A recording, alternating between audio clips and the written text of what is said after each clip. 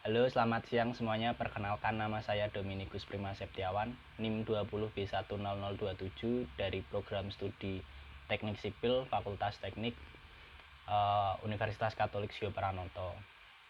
Pada kesempatan kali ini saya akan menjawab beberapa pertanyaan yang diajukan oleh Bapak Gregorius Joyoko pada videonya yang berjudul Tuhan di Surga dan Penderitaan Manusia di Bumi. Pertanyaan yang pertama adalah, menurut narasumber, mengapa banyak manusia menjadi wanita penghibur, bahkan sejak usia dini, yang hidupnya penuh dalam resiko penderitaan? Faktor utama mereka menjadi wanita penghibur adalah karena keterdesakan ekonomi untuk bertahan hidup dan biasanya tidak mempunyai wawasan yang luas atau keterampilan yang tekun. Juga karena berasal dari broken home dan tidak mendapat perhatian dari keluarganya. Lalu yang kedua, apa yang dimaksud oleh narasumber? Mereka yang hidup di dunia kegelapan akan kesulitan mendapat niat baik menuju jalan terang. Yang dimaksud oleh narasumber adalah orang yang masuk ke dunia kegelapan adalah orang-orang yang jelas-jelas tidak baik. Sehingga ketika kita berada di dalam dunia kegelapan tersebut, yang kita jumpai adalah orang-orang yang tidak baik, dan kita pun cenderung susah untuk menemukan hal-hal baik di dalam dunia kegelapan tersebut, karena kita dikelilingi oleh energi negatif, sehingga untuk berubah melakukan hal yang baik itu susah. Lalu yang ketiga, menurut narasumber yang adalah wanita penghibur atau manusia yang secara sosial dipandang hina, apa arti penderitaan hidup?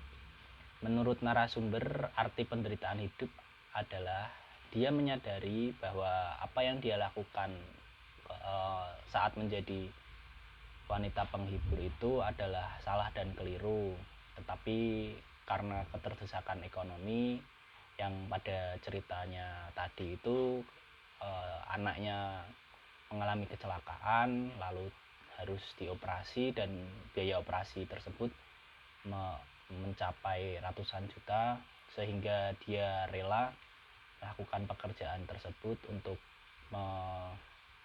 membayar hutang dari biaya operasi tersebut.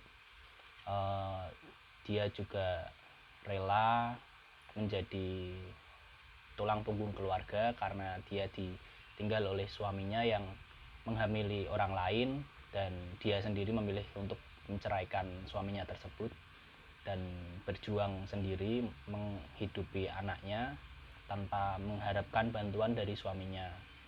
Dan saat dia menjadi wanita penghibur, tidak jarang dia menemui beberapa orang-orang yang mabuk.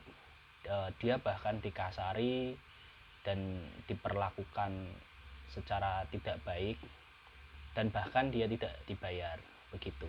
Lalu yang keempat, menurut narasumber berikutnya, apa akibat penderitaan dosa pergaulan bebas yang dia pernah alami? Akibat penderitaan dosa pergaulan bebas yang dia pernah alami adalah pacarnya si narasumber itu hamil setelah berhubungan badan dengannya, lalu memilih untuk mengaborsi anak tersebut tanpa memberitahu narasumber, sehingga narasumber merasa marah dan kecewa kepada pacarnya tersebut karena merasa bahwa dia punya hak untuk mempertahankan bayi tersebut, karena bayi tersebut adalah darah dagingnya sendiri, sehingga dia merasa menyesal sehingga dia merasa berdosa, begitu. Lalu yang kelima, menurut narasumber yang mengalaminya, mengapa aborsi atau pembunuhan terhadap bayi dilakukan? Menurut narasumber yang mengalaminya, aborsi dilakukan karena adanya trauma dari pacar si narasumber tersebut.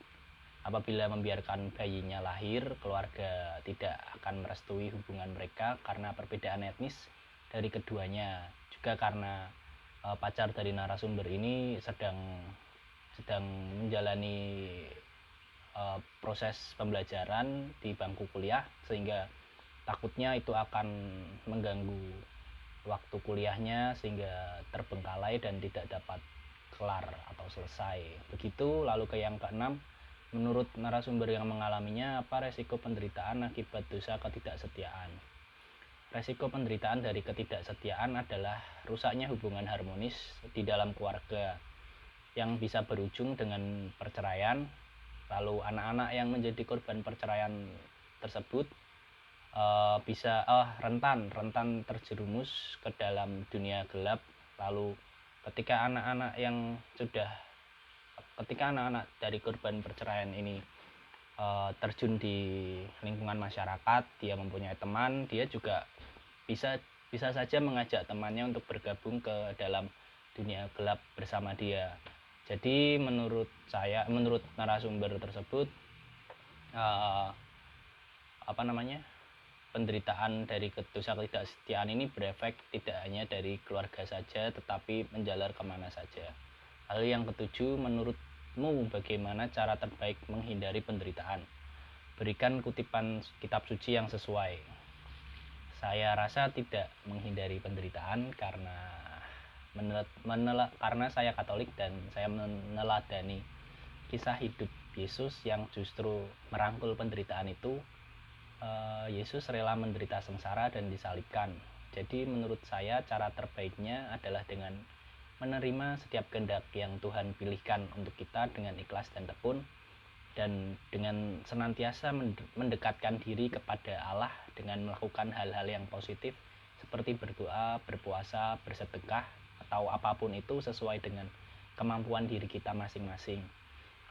Lalu saya mengutip bacaan dari kitab suci Yakobus 4 ayat 7-8. Karena itu tunduklah kepada Allah dan lawanlah iblis, maka ia akan lari daripadamu. Mendekatlah kepada Allah dan ia akan mendekat kepadamu. Tahirkanlah tanganmu, hai kamu orang-orang berdosa, dan sucikanlah hatimu, hai kamu yang mendua hati. Sekian dari saya, semoga bermanfaat. Terima kasih untuk perhatiannya. Mohon maaf apabila ada kata yang salah. Sampai jumpa.